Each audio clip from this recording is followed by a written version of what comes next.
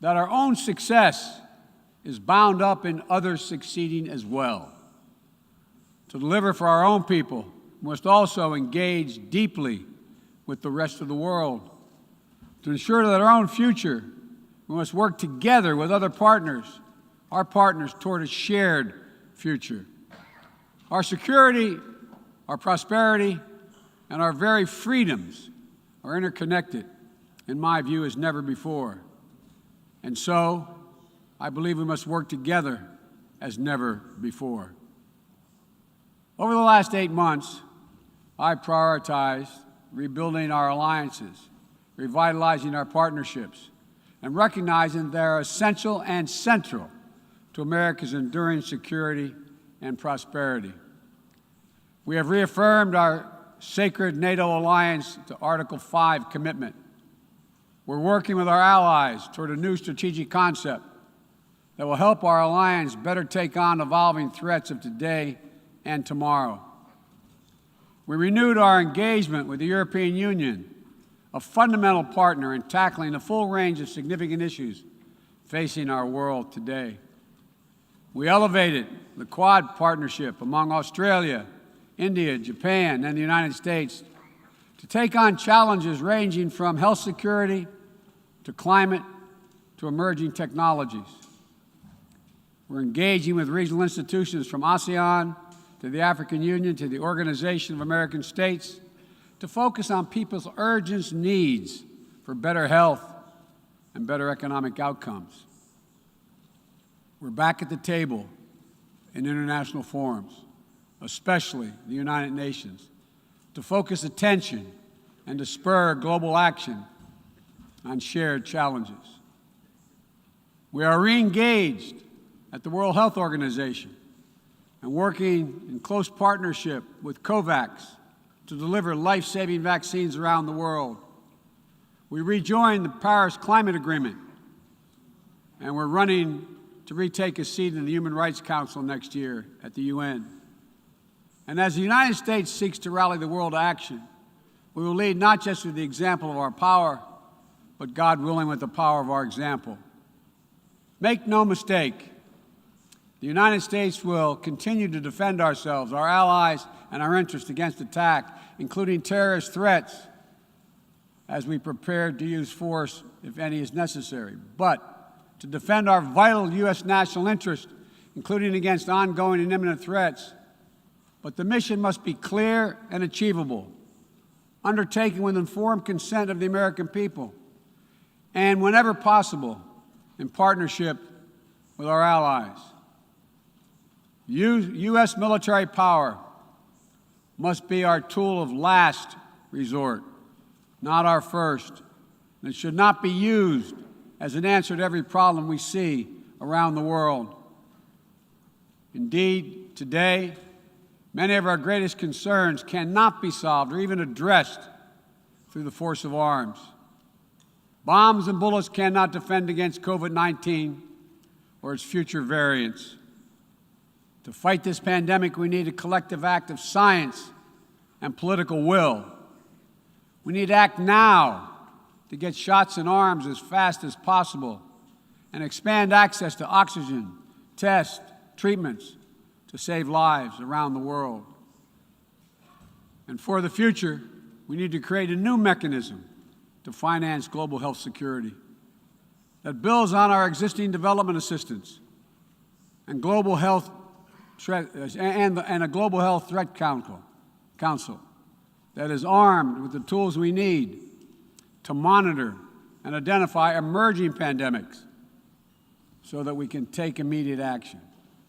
Already, the United States has put more than $15 billion toward global COVID response. We've shipped more than 160 million doses of COVID-19 vaccine to other countries. This includes 130 million doses from our own supply and the first tranches of the 500 million doses of Pfizer vaccine we purchased to donate through COVAX. Planes carrying vaccines from the United States have already landed in 100 countries, bringing people all over the world a little dose of hope, as one American nurse termed it to me. A dose of hope, direct from the American people, and importantly, no strings attached. And tomorrow, at the U.S.-hosted Global COVID-19 Summit, I'll be announcing additional commitments as we seek to advance the fight against COVID-19 and hold ourselves accountable around specific targets on 3 key challenges: saving lives now, vaccinating the world, and building back better. This year has also brought widespread death and devastation from the borderless climate crisis.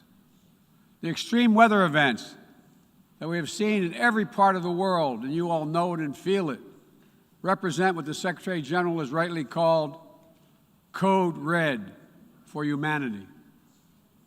And the scientists and experts are telling us that we're fast approaching a point of no return in a literal sense. To keep within our reach the vital goal of limiting global warming to 1.5 degrees Celsius, every nation needs to bring their highest possible ambitions to the table when we meet in Glasgow for COP26. And then to have to keep raising our collective ambition over time. In April, I announced the United States' ambitious new goal under the Paris Agreement to reduce greenhouse gas emissions from the United States by 50 to 52% below 2005 levels by 2030, as we work toward achieving a clean energy economy with net zero emissions by 2050. And my administration is working closely with our Congress to make critical investments in green infrastructure and electric vehicles that will help us lock in progress at home toward our climate goals. And the best part is, making these ambitious investments isn't just good climate policy, it's a chance for each of our countries to invest in ourselves and our own future. It's an enormous opportunity to create good-paying jobs for workers in each of our countries and to spur long-term economic growth that will improve the quality of life for all of our people. We also have to support the countries and people that will be hit the hardest and that have the fewest resources to help them adapt. In April, I announced the United States will double our public international financing to help developing nations tackle the climate crisis. And today, I'm proud to announce that we'll work with the Congress to double that number again, including for adaptation efforts. This will make the United States a leader in public climate finance, and with our added support, together with increased private capital and from other donors, we'll be able to meet the goal of mobilizing $100 billion to support climate action in developing nations. As we deal with these crises, we're also encountering a new era, an era of new technologies and possibilities that have potential to release and reshape every aspect of human existence. And it's up to all of us to determine whether these technologies are a force to empower people or to deepen repression. As new technologies continue to evolve, we'll work together with our democratic partners to ensure that new advances in areas from biotechnology to quantum computing, 5G, artificial intelligence, and more are used to lift people up, to solve problems, and advance human freedom, not to suppress dissent or target minority communities. And the United States intends to make a profound investment in research and innovation, working with countries at all stages of economic development to develop new tools and technologies to help us tackle the challenges of this second quarter of the 21st century and beyond.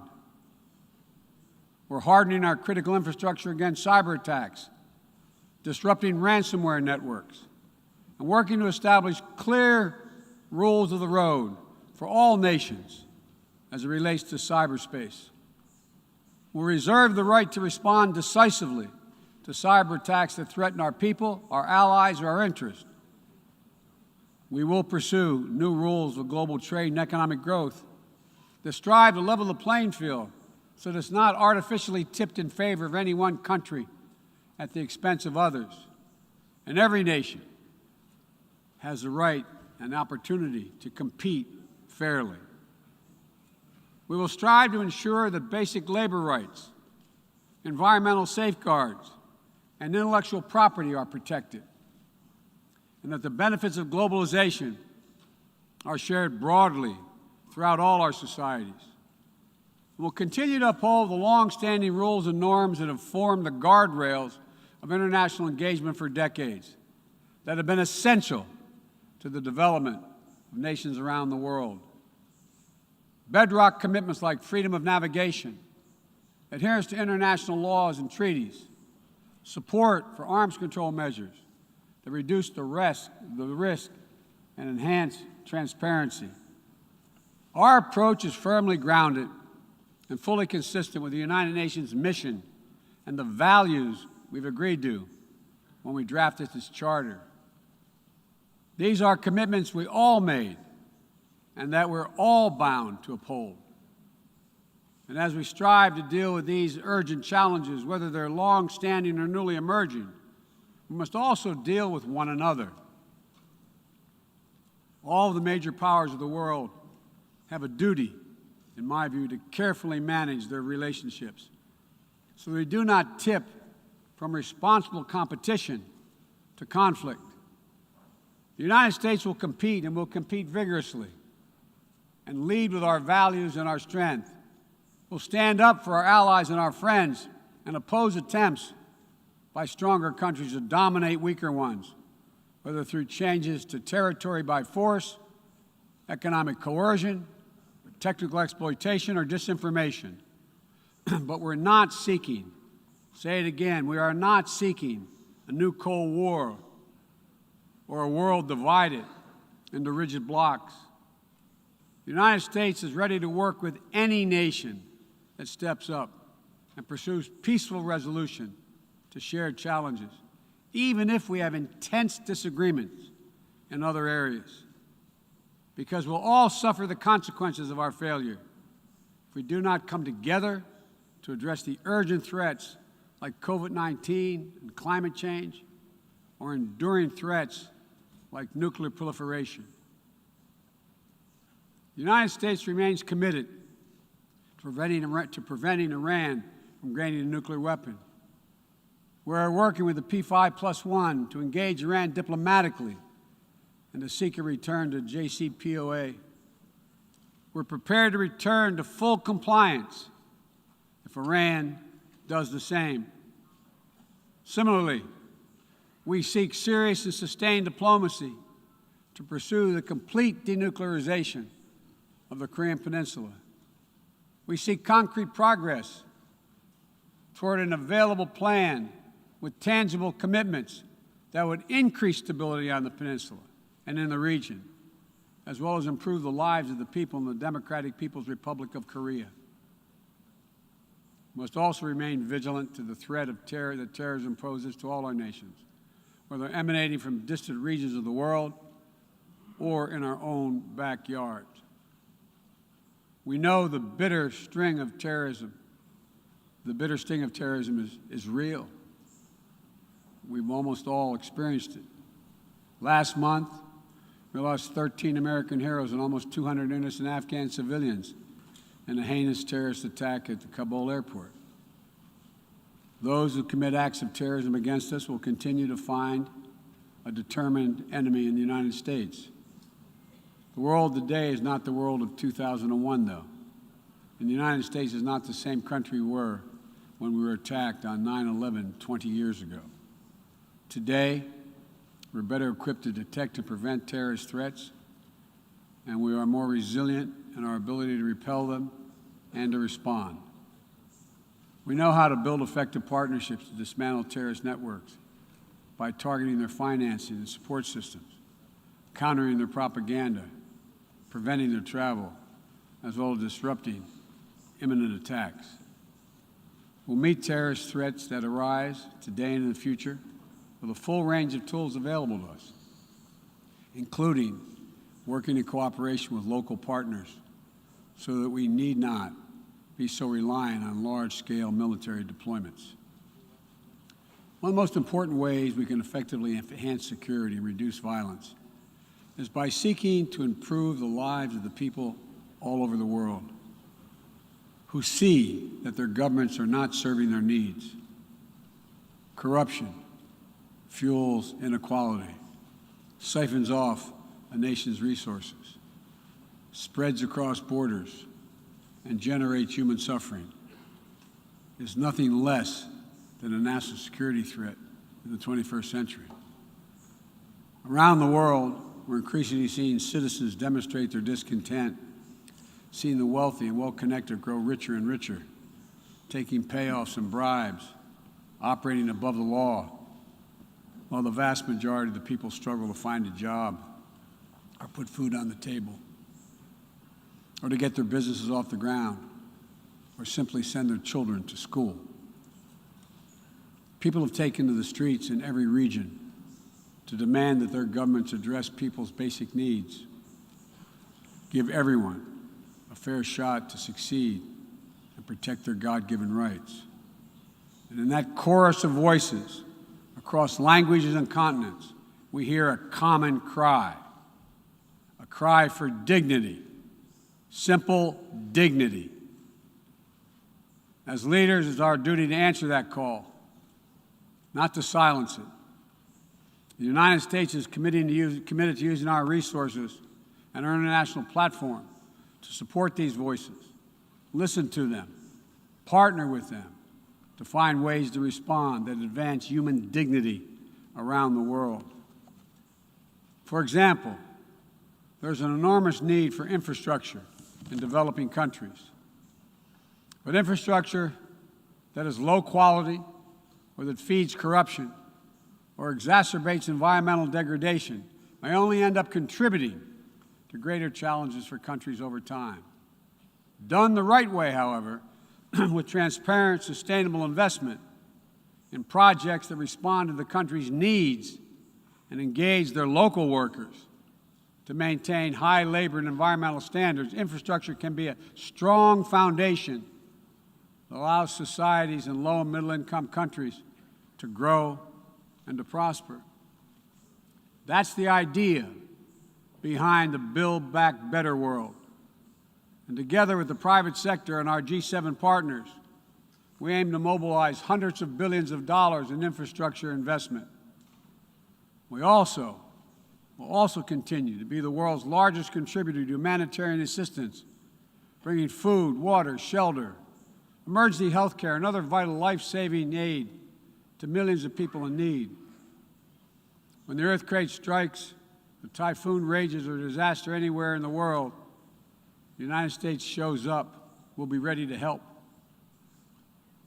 And at a time when nearly 1 in 3 people globally do not have access to adequate food just last year, the United States is committing to rallying our partners to address immediate malnutrition and to ensure that we can sustainably feed the world for the decades to come. To that end, the United States is making a $10 billion commitment to end hunger and invest in food systems at home and abroad.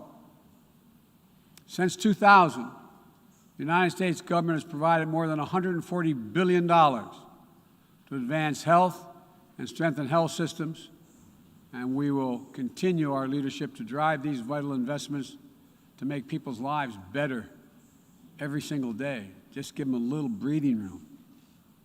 And as we strive to make lives better, we must work with renewed purpose to end the conflicts that are driving so much pain and hurt around the world. We must redouble our diplomacy and commit to political negotiations, not violence, as a tool of first resort. To manage tensions around the world, we must seek a future of greater peace and security for all people of the Middle East. The commitment of the United States to Israel's security is without question, and our support for an independent Jewish state is unequivocal. But I continue to believe that a two-state solution is the best way to ensure Israel's future as a Jewish democratic state, living in peace alongside a viable, sovereign, and democratic Palestinian state. We're a long way from that goal at this moment, but we must never allow ourselves to give up on the possibility of progress.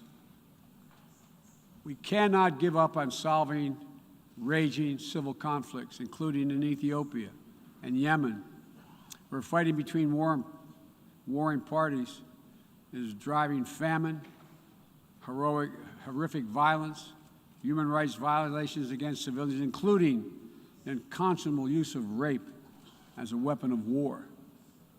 We'll continue to work with the international community to press for peace and bring an end to this suffering. As we pursue diplomacy across the board, the United States will champion the democratic values that go to the very heart of who we are as a nation and a people: freedom, equality, opportunity, and a belief in the universal rights of all people. It's stamped into our DNA as a nation, and critically, it's stamped into the DNA of this institution, the United States. We sometimes forget, I quote the opening words of the Universal Declaration of Human Rights, quote, "The equal and inalienable rights of all members of the human family is the foundation of freedom, justice, and peace in the world." The founding ethos of the United Nations places the rights of individuals at the center of our system. And that clarity and vision must not be ignored or misinterpreted. The United States will do our part, but will be more successful and more impactful if all of our nations are working toward the full mission to which we are called. That's why more than 100 nations united again around a shared statement, and the Security Council adopted a resolution outlining how we'll support the people of Afghanistan moving forward, laying out the expectations to which we'll hold the Taliban when it comes to respecting universal human rights. We all must advocate for women, the rights of women and girls to use their full talents, to contribute economically, politically, and socially, and pursue their dreams free of violence and intimidation. From Central America to the Middle East to Africa to Afghanistan, wherever it appears in the world. We all must call out and condemn the targeting and oppression of racial, ethnic, and religious minorities whether it occurs in Xinjiang or northern Ethiopia or anywhere in the world.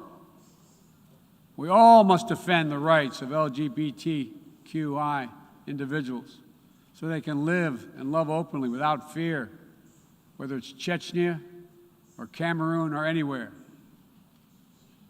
As we steer our nations toward this inflection point and work to meet today's fast-moving, cross-cutting challenges, let me be clear. I am not agnostic about the future we want for the world. The future will belong to those who embrace human dignity, not trample it. The future will belong to those who unleash the potential of their people, not those who stifle it. The future will belong to those who give their people the ability to breathe free, not those who seek to suffocate their people with an iron hand. Authoritarianism, the authoritarianism of the world, may seek to proclaim the end of the age of democracy, but they're wrong. The truth is, the democratic world is everywhere. It lives in the anti-corruption activists, the human rights defenders, the journalists, the peace protesters. On the front lines of this struggle in Belarus, Burma, Syria, Cuba, Venezuela, and everywhere in between. It lives in the brave women of Sudan who withstood violence and oppression to push a genocidal dictator from power and who keep working every day to defend their democratic progress. It lives in the proud Moldovans who helped deliver a landslide victory for the forces of democracy with a mandate to fight graft, to build a more inclusive economy. It lives in the young people of Zambia who harnessed the power of their vote for the first time turning out in record numbers to denounce corruption and chart a new path for their country. And while no democracy is perfect, including the United States, we'll continue to struggle to live up to the highest ideals to heal our divisions. And we face down violence and insurrection. Democracy remains the best tool we have to unleash our full human potential. My fellow leaders, this is a moment where we must prove ourselves the equals of those who come before us, who with vision and values and determined faith in our collective future built our United Nations, broke the cycle of war and destruction, and laid the foundations for more than 7 decades of relative peace and growing global prosperity. Now, we must again come together to affirm the inherent humanity that unites us is much greater than any outward divisions or disagreements. We must choose to do more than we think we can do alone so that we'll accomplish what we must together. Ending this pandemic and making sure we're better prepared for the next one. Staving off climactic climate change and increasing our resilience to the impacts we already are seeing. Ensuring a future where technologies are a vital tool to solving human challenges and empowering human potential, not a source of greater strife and repression.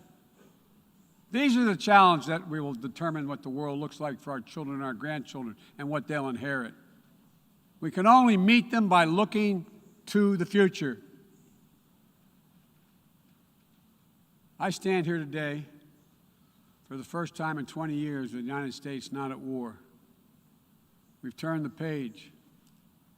All the unmatched strength, energy, and commitment, will, and resources of our nation are now fully and squarely focused on what's ahead of us, not what was behind. I know this. As we look ahead, we will lead. We will lead on all the greatest challenges of our time, from COVID to climate, peace and security, human dignity and human rights, but we will not go it alone. We will lead together with our allies and partners and in cooperation with all those who believe as we do that this is within our power to meet these challenges, to build a future that lifts all of our people and preserves this planet. But none of this is inevitable. It's a choice. And I can tell you where America stands. We will choose to build a better future. We, you and I, we have the will and capacity to make it better. Ladies and gentlemen, we cannot afford to waste any more time. Let's get to work. Let's make our better future now. We can do this. It's within our power and capacity. Thank you. God bless you all.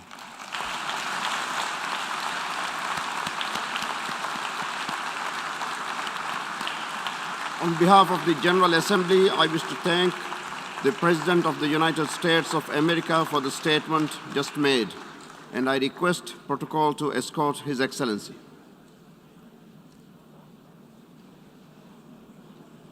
May I request representatives to remain seated while we suspend the meeting for 5 minutes before resuming to hear the next speaker.